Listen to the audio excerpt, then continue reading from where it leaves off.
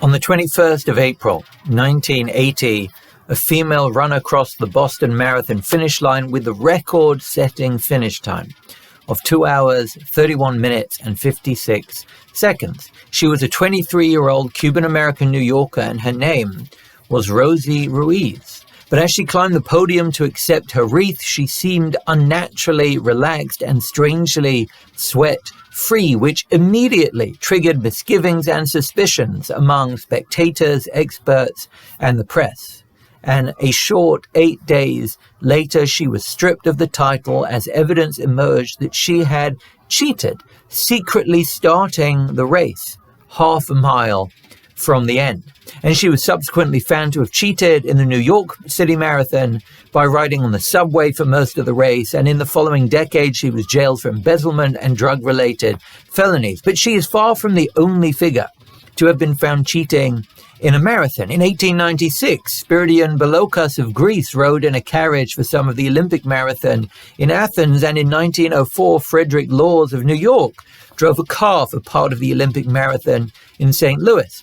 And since the late 80s, high-stakes races everywhere have been using RFID chips and transponders appended to every competitor to monitor their movement and track their time at key junctures between the start and finish lines. And right now, you and I, every one of us, is in a race together. Not 26 miles long, but 49 nights. Since the end of the second Seder, we have all been counting toward Revelation and the occasion when we'll celebrate with an all-nighter and cheesecake. Now, I won't ask you to admit it, but I imagine that some of us have already dropped out of that race and, so to speak, stopped counting our blessings. But what seems odd about the Omer is not that some of us drop out early. Every year, hundreds of people fail to complete the New York City Marathon and are greeted by sweet buses that bring them to the finish line to meet up with friends and family. What does seem odd about the Omer, the race that we are in right now, is that every year, some people ask to start late, to enter the race after the start date, and then keep pace with those of us who have been counting from day one.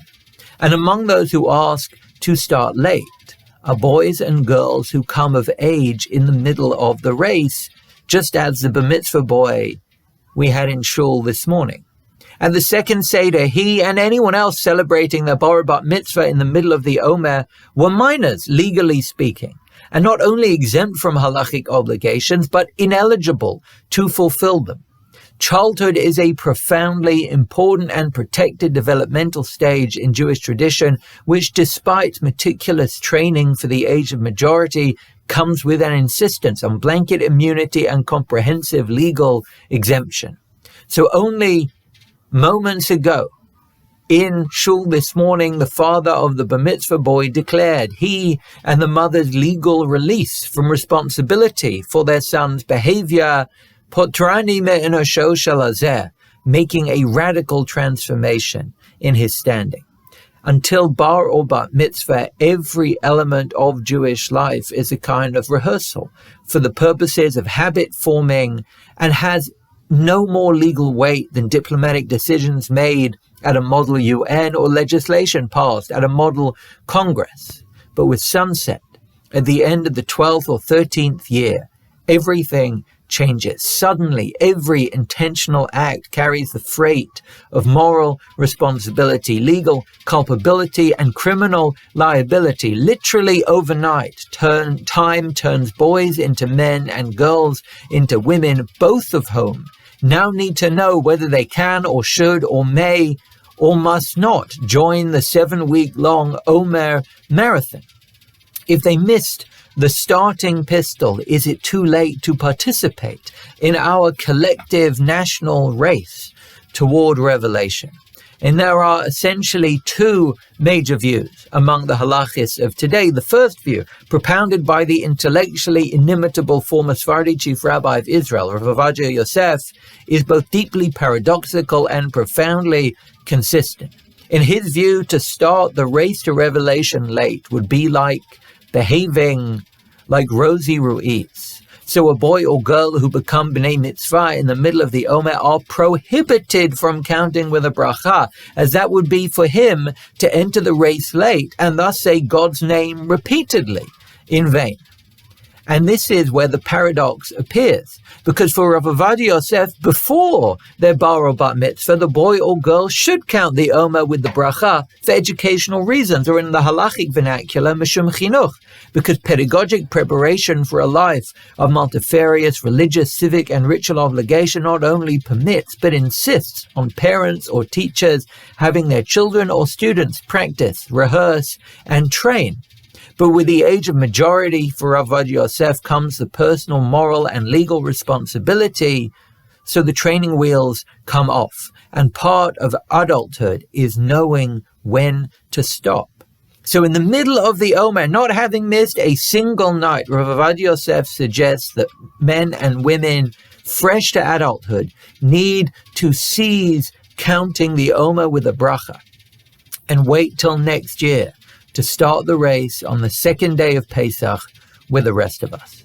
But the second view, held by the overwhelming majority of jurists in contemporary Jewish law, is that on condition that as kids, a boy or girl has counted the Omer every night since the start, once they become bar or bat mitzvah, they join the league of adult Jewry and should count with a bracha.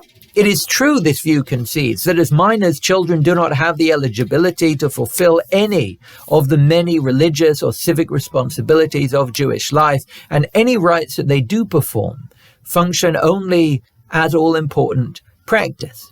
But this view fundamentally opposes the way in which we have explained the Omer.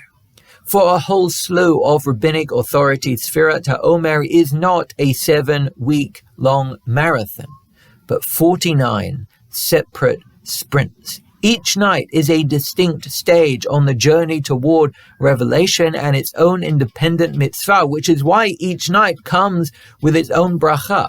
And though it is true that if we miss a night, we forfeit the right to continue to count with a blessing, that is not because we've been disqualified from a single protracted mathematical marathon. It is because each independent sprint amounts to a Pentecostal relay race, in which each sprint depends on being connected to and in succession with the sprint before. In the formulation of Rav Hershel Schachter, Lo mem tet yamim muhuvimcha de mitzvah, the 49 days of the Omer are not a single obligation. Ella, but be'inan they require hemshechiut bisfirah, continuity in their tally. Each night is a new mitzvah, but part of that discrete daily obligation is an attunement to the truth that no day stands alone, that today builds on yesterday, yesterday builds on the day before, and tomorrow will build on today. And seen this way, the fundamental idea of the Omer is not to develop the stamina for a 7-week-long ordeal, but to attune ourselves to the dual truth that every day has its own independent power and purpose, but also plays an essential part in a larger whole. In our collective expedition from captivity to revelation, our annual journey from slavery to greatness, we treat each day on its own terms as an opportunity to thrive, while at the same time recognizing that 7 weeks of daily devotion amounts to more than the sum of its parts, that true greatness emerges when we see the power of the past to advance and enhance and temper the present. And this, all these sages claim, is a pair of truths to which an adult bar or bat mitzvah can be attuned to on the first night of their adulthood, if as a child they've been counting from the start. It is true that the days before their adulthood do not count as a mitzvah on their own and amount to a series of practice races. But the process of counting sets up the context for their first night in adulthood as a sliver of time that is tied to the past. So when those who become bar or bat mitzvah during the Omer count their first night, it is not like Rosie Ruiz entering a marathon late and then unfairly keeping pace with those who've been in the race from the start. Each day is a race of its own, but part of its success is knowing in that moment that it builds on the past. And in that way, the Omer is a metaphor for Jewish life writ large. Every single one of us has independent worth and a distinct destiny that only we can achieve today. But we stand on the shoulders of generations of devotion from our parents and mentors and their ancestors and friends and neighbors. We are all, each one of us, a world of meaning unto ourselves, but together we can achieve what none of us can do alone.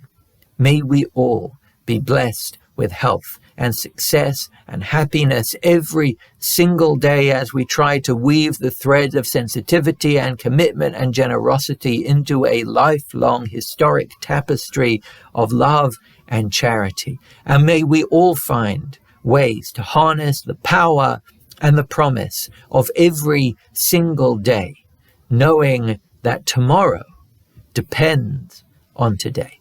Shavua Tov.